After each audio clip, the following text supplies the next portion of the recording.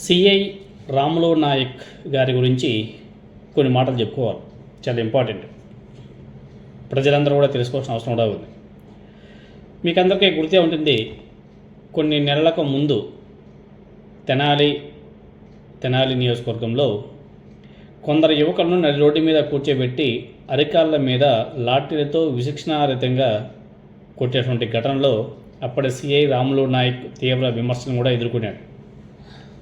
చట్టాన్ని చేతుల్లోకి తీసుకునే శారీరక శిక్షలు విధించే అధికారం పోలీసులకు ఎవరు ఇచ్చారంటూ ప్రజలు, అదేవిధంగా ప్రజా సంఘాలు ప్రభుత్వాన్ని ప్రశ్నించినాయి.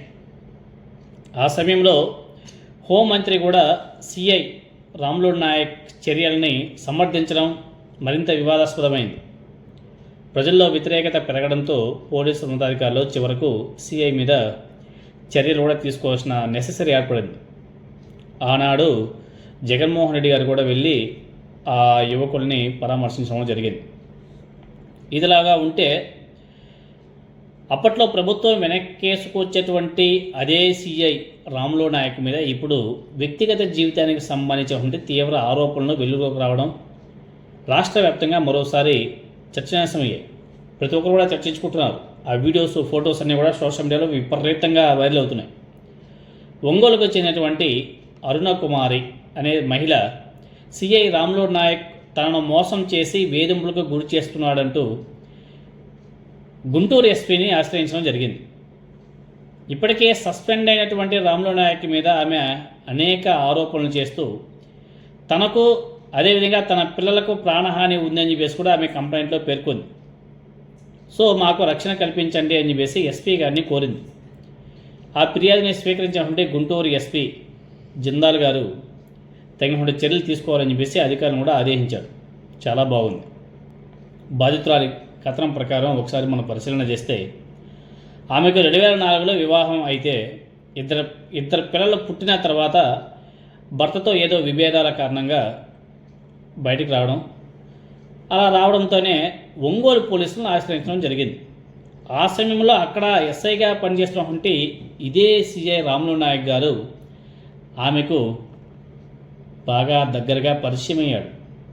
తర్వాత ఆమె ఫోన్ నెంబర్ తీసుకొని డైలీ మాట్లాడడం ప్రారంభించాడు. అయితే తెనాలి సిఐగా బాధ్యతలు చేపట్టిన తర్వాత రాములు నాయక్ తన ప్రవర్తనలో మార్పు వచ్చింది, తను పూర్తిగా నిర్లక్ష్యం చేశారని చెప్పేసి ఆ మహిళ అరుణకుమారి ఆ కంప్లైంట్లో పేర్కొంది. పూరా ఆరా తీస్తే తెనాలిలో మరో మహిళతో సన్నిహితంగా ఉంటున్నాడంట ఈ రాములు నాయక్. ఆ విషయం తెలిసినట్టుంటే ఈ మహిళ పాపం చాలా బాధపడింది. ఈ విషయం మీద సిఐ రాములు నాయక్ని ప్రశ్నిస్తే తన గురించి బయటకు ఎవరు కూడా చెప్పొద్దు, చెబితే నీకు తీవ్ర పరిణామాలు ఉంటాయి, నేనేం చేయాలో అది చేస్తాను అని చెప్పేసి బెదిరించాయంట. అంతేకాదు 30 లక్షల రూపాయలు ఇస్తాను, వాటితో పాటు బంగారం కూడా కొనుక్కో, కాబట్టి ఇంకొంచెం నేను ఎగేస్తాను, కొనుక్కొని తన జీవితం నుంచి కంప్లీట్గా బయటికి వెళ్ళిపోవాలని చెప్పేసి చెప్పాడంట ఆ అరుణకుమారి అనే మహిళకు. కానీ ఆ మహిళ అందుకు అంగీకరించలేదు.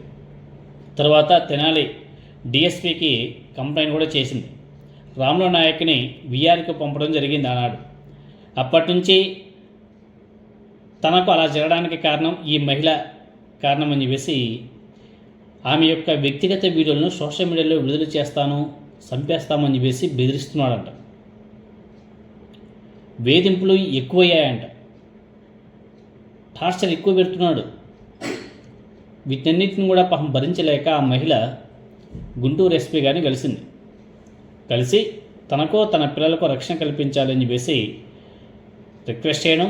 దీని మీద స్పందించినటువంటి ఎస్పీ గారు రాములు నాయక్ ఇప్పటికే సస్పెన్షన్లో ఉన్నాడని చెప్పేసి చెబుతూ మీ ఫిర్యాదును మరోసారి చట్టపరమైన చర్యలు తీసుకునే విధంగా కూడా మేము వెళ్తామని చెప్పేసి ఆమెకు భరోసా ఇచ్చి అధికారులకు కూడా ఆదేశాలు కూడా జారీ చేశారంట. దీని మీద కథ ఏందో చూడండి అనేసి.